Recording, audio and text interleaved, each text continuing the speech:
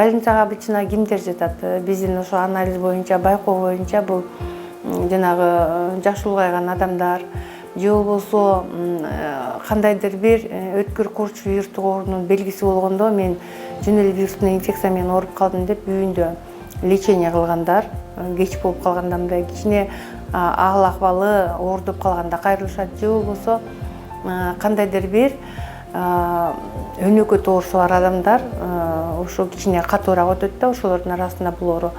Ошол адамдар больницага түшүп мындай оор абалда лечение болгон убакыттарда катталып жатат.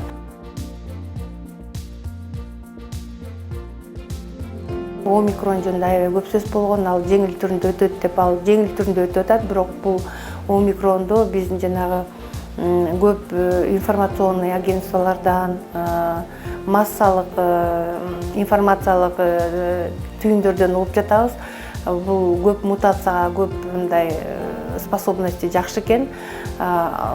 Крекер дагы акыркы вот айткан түрү омикрондун подтипи крекер. Анан дагы кечөө дагы бир эмесинин түрүн айтып атышат. Бул вирус бизден кетпейт, бул калат. Кадимки эле бөлөк өткүр вирустук оорулар сыяктуу. Ошонун себебинен биз жасап аткан алдын алуу жумуштарын жүргүзө беришибиз керек, уланта беришибиз керек. Анан мен айтып кетет элем, эгер кимде ким ушул вакцинаны албаган болсо, же болбосо өнөкөт оорусу бар болсо, бул адамдар келип бүгүнкү күндө деле алдын алуу вакциналар жүргүзүлүп жатат биздин үй бүлөлүк медициналык борборлордо. Ошол жерлерге барып вакцина алса болот.